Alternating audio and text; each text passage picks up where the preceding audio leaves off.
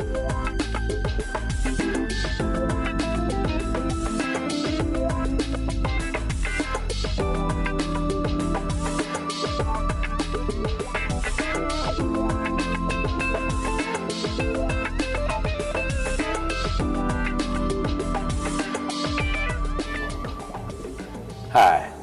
I'm Rod Chappell, and welcome to the Rod Chappell Show. This is a very special Spotlight episode where we're bringing light to one of the most important political races happening now in Cole County, the election of the 60th. There's a new House representative that's going to be selected. One of the two candidates is with us today, and maybe in the future we'll be able to bring on Dave Griffith to share his information and perspective on what's going on in our community. But today our special guest is Sarah Michael. Sarah, thanks for coming. Thanks for having me, Rod. Absolutely, absolutely. Well, Sarah, tell us who you are. Well, I'm running as the Democrat for the 60th House seat, which is empty. Jay Barnes is terming out. He's served in that seat for 8 years. I've lived here in Jefferson City for 22 years. I am a lawyer. I have my own firm with my law partner, Galen Carver, and for those 22 years, I've practiced primarily, almost exclusively in the area of family law. Mm-hmm. I have 2 kids, teenagers, so and my son Ethan's a sophomore at Elias, my daughter Audrey is an 8th grader at St. Peter's, and I've been a small business owner here in town for 18 of those 22 years and lived happily here growing my family. Excellent. Now, you know, and I'm not just saying this because I've worked on cases with Jay, but he was a powerhouse in the legislature. I mean, he used his legal mind to tear apart those pieces of legislation, talking truth to power in terms of some of the big issues that could affect people.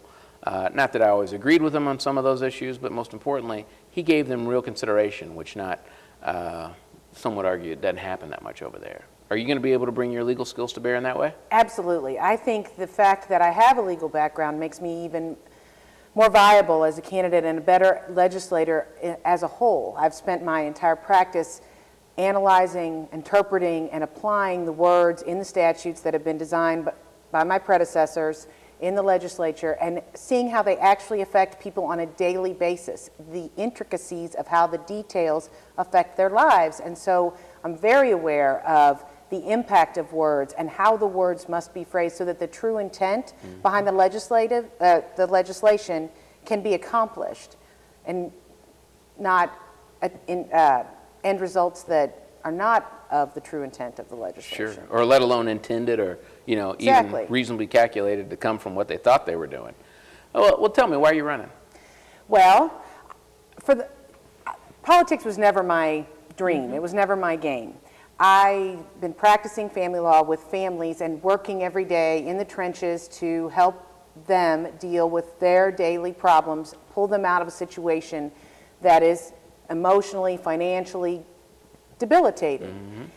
And I realized that I had an opportunity to be able to apply that skill set on a broader scale, that I could work for all of the 60th, doing this basically the same thing, finding a problem and then finding a solution to that problem, identifying the problem, and then finding a solution. And that I was better serving my community if I put my hat in the ring and tried to be their state rep. All right. Well, what do you see as being some of the big issues here in the 60th? Well, the most obvious one is the failure on the part of our government to adequately support and pay our state employees. Yes. I have repeatedly used the analogy that Jefferson City is a company town. Mm-hmm. Our biggest company is the state government, and cities and the individuals that represent the citizens of the cities need to approach that as a reality for Jefferson City. And our state government has just failed our state employees on so many levels. Mm-hmm. that is by far one of, if not the largest issue that I would want to attack once I get in the House. The other is that I'm passionate about fighting against right to work and attacks against our labor.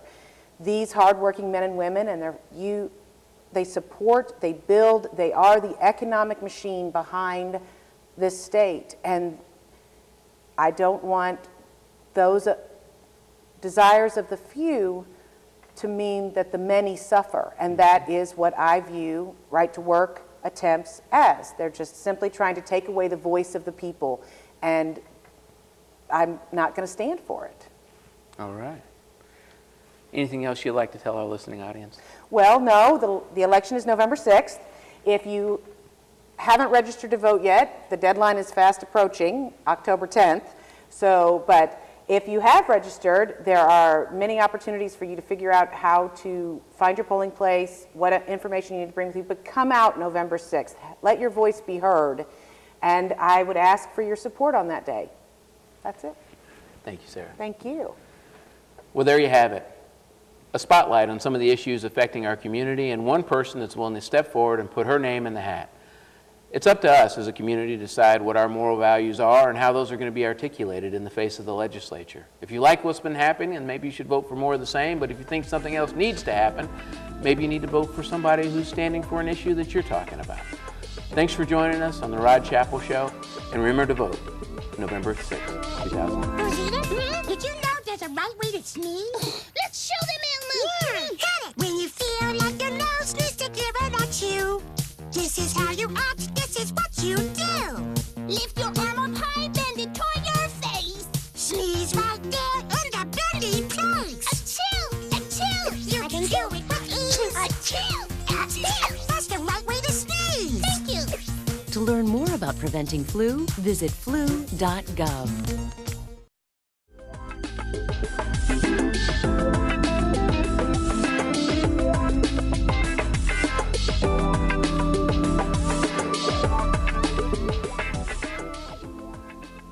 Hi, I'm Rod Chappell, and welcome back to The Rod Chappell Show. I'm delighted about this episode that we have today. There are very few opportunities when we look at legislation that's going to affect people, and it does so in a positive way. One of the ways that Missouri has allowed its citizens to have a voice is the initiative petition process. Now, we're not going to talk all about how that process gets going, but we're going to talk about one of the things that's going to be on your ballot November 6th. As we remind you to vote, we want everybody to know what they're voting about. And so I'm delighted to have two distinguished people from our community. The first is a guest that you'll remember, the Reverend Dr. Gould from Quinn Chapel AME. Local, regional, and national leader. Perhaps you've seen her on CNN and many other shows, including the Rod Chappell Show, at least one time in the past. And then we also have Benjamin Singer, who is here today from the Clean,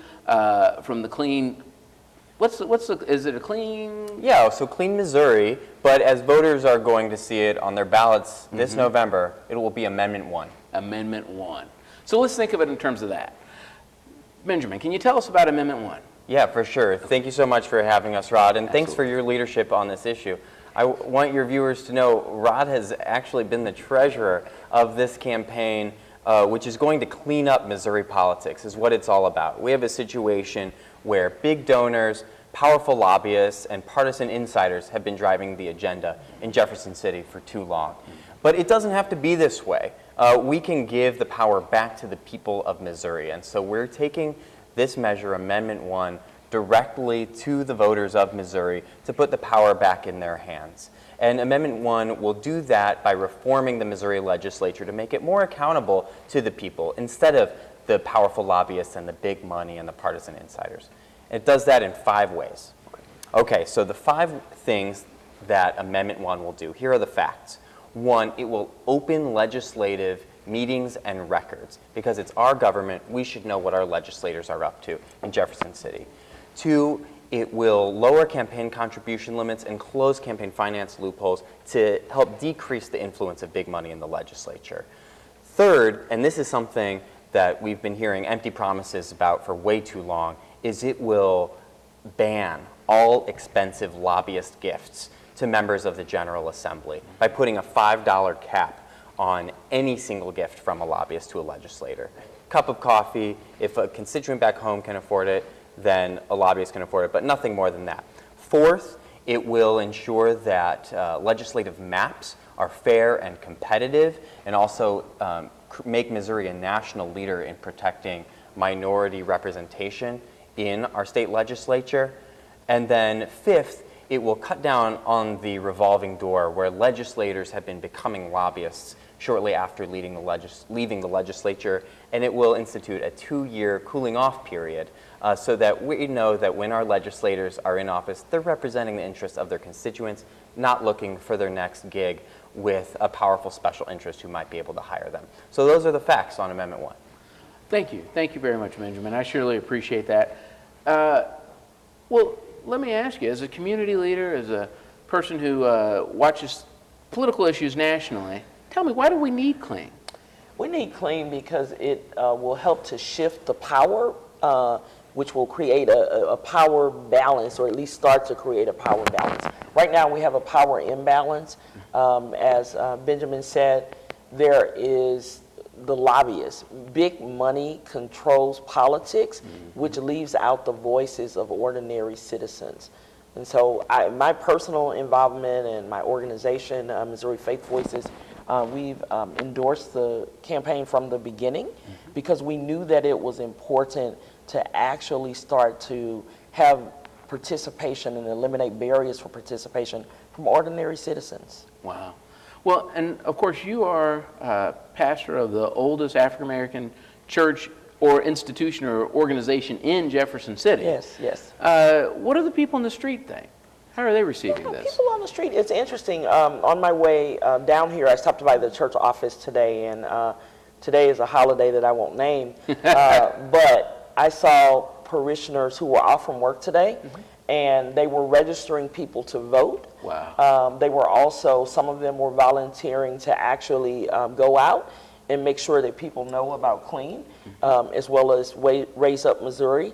And I was really, it made me very proud as a pastor, because it means that the people in my pews are really concerned about the people in the community. Right. And so I believe that there is an increase in interest of political engagement amongst community members.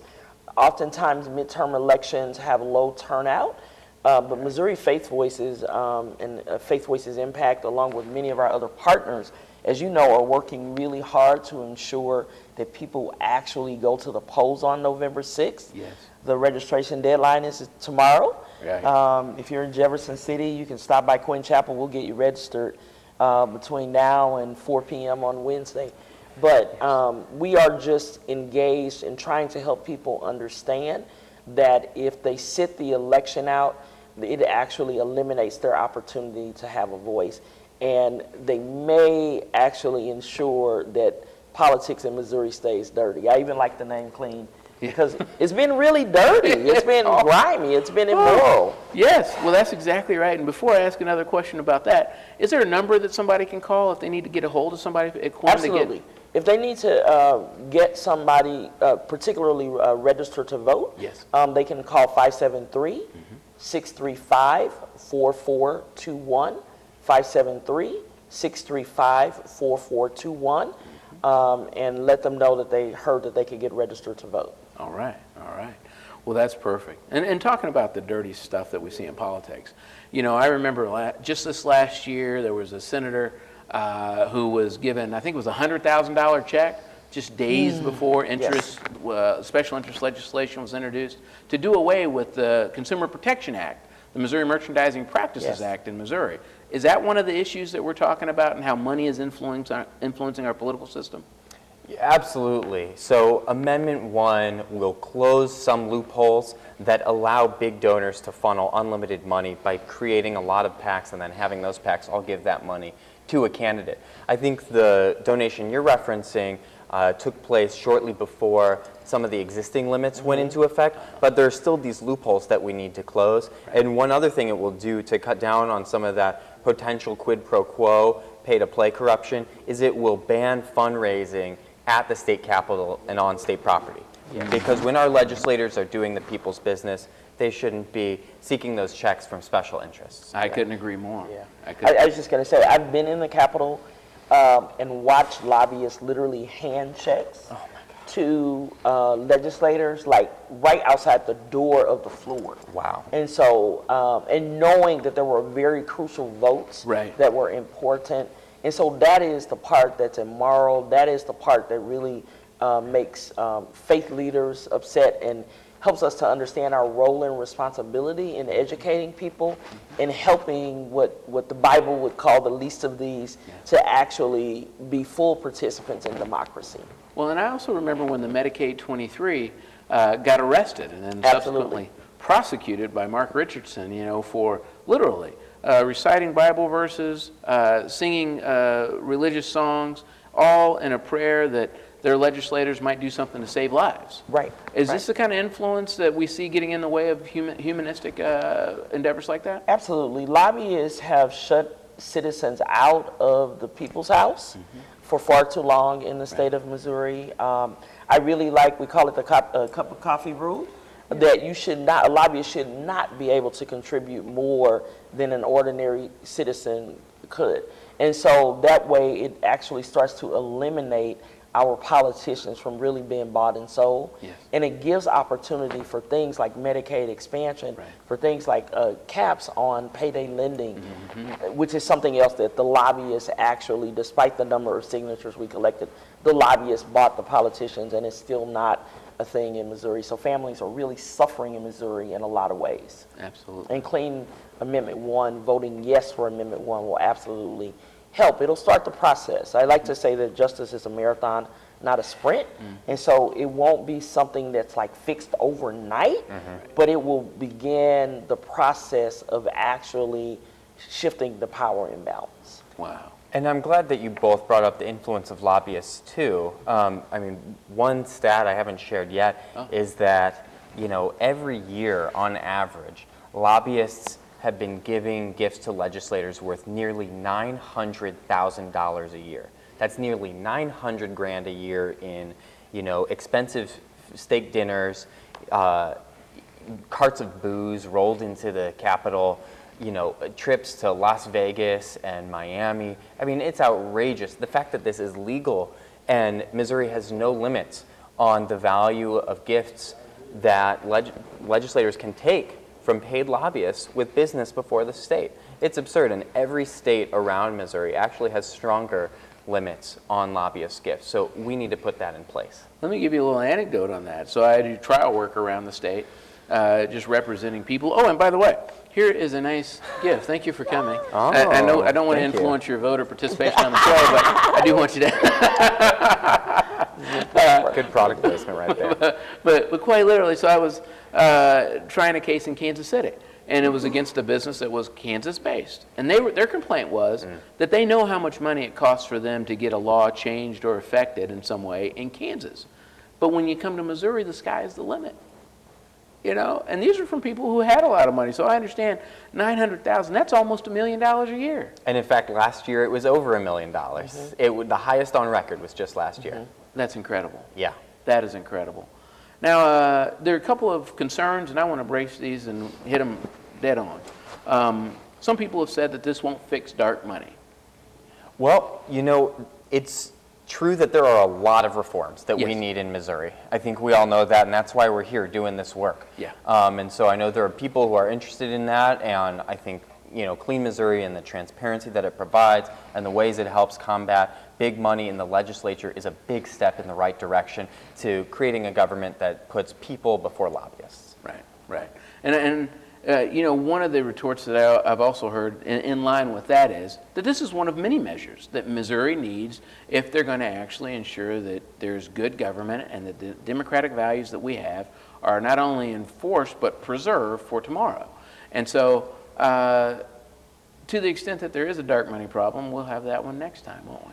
Yeah, and we have a single subject rule in terms of how amendments can be legally crafted to amend the state constitution, which this is going to do. And of course, the reason we have to amend the Constitution is the legislature has a record of overturning the will of the people if it's done purely from a statutory perspective and not amendment. So unfortunately, we're limited by those single subject rules, so we got to do one thing at a time. So if we win this, then that gives us the momentum to move on and do the next thing. That's perfect. That is perfect. Well, and so tell me this. Who's objecting to clean? Who is against taking the money out of politics? Lobbyists? Big donors? people who actually want to funnel dark money. Yes. Some of the politicians Yeah, in Jeff some of the City who like politicians, taking yeah. all the Who lobbyist like gifts having the money. and the Absolutely. uncompetitive elections. People who don't care about hard, ordinary working people who are just trying to put food on their children's table. Yeah. Those are the people who would be objected to cleaning up politics in Missouri because they really don't care about the people of Missouri. Right. Right. Yeah, we're not surprised to see some lobbyists and a few politicians in Jeff City trying to keep a system where legislators can keep taking nearly $900,000 a year in lobbyist gifts while being able to ignore voters back home. Absolutely, absolutely. It works for them, it does not work for Missouri. Well, and I know that at least in particular, there's been, in the last few weeks, there was an attempt to try to harness a lot of the urban or black or minority politicians and try to tell them that this was going to completely change their districts and how this was going to, how their lives as politicians was going to be changed. Have you heard anything about that?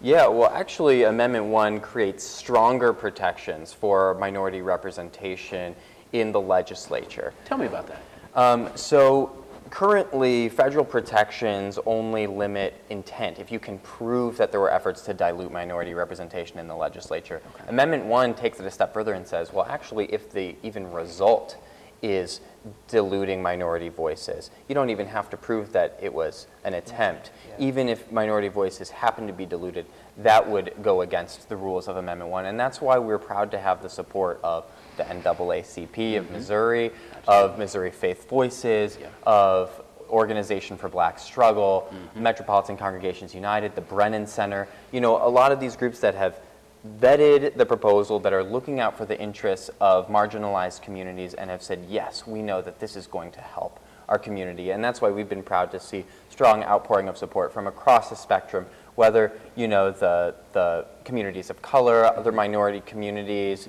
and then folks all across the spectrum on the Republican side of the aisle too, former U.S. Senator John Danforth, Rob Schaaf, Jim Lemke, former Senator Marvin Singleton from Joplin. And so, you know, and then folks in the middle like the League of Women Voters, the AARP. So we're proud to have that broad support, but that does include the minority communities who know that Amendment 1 is good for minority representation. Right. Yeah, as an African-American pastor, one thing that I realize is that oftentimes the lobbyists show up in our community with our leaders, with faith leaders as well as with politicians, normally sharing with us that something's going to hurt our constituents. And as I always ask myself, where were you when all of the other things that were actually hurting the people in my pews and the people around my church, you're nowhere to be found. Right. You're nowhere to be found around criminal justice issues or anything else. And so, and my dad used to always say, follow the money trail. Yes. And the money trail always leads back to people who have the money to actually try and control the power and the voices. And so it is a fraudulent attempt to actually keep something away from us that may actually help. Having an independent demographer actually ensures that what has historically happened in African American communities is less likely to happen. What Amendment 1 does, my very first question about it more than 2 years ago was specifically about that issue. What Amendment 1 does, as been alluded to, it actually helps to sustain the impact, not just the intent, because the current law actually just deals with intent, and intent and impact are two different things. Right. And so it actually ensures that the impact will be one that is a democratic impact, that the impact will be more equitable, that people will not be shut out by partisan views. I'm ready to go vote right now. Go ahead, Benjamin. Absolutely, and to be clear, that requirement comes before pretty much anything else. Other than districts have to be contiguous and have equal population, which are obviously no-brainers for any redistricting plan, the very first protection is for minority representation. Wow, that's excellent. You know, we've got just a couple of minutes left.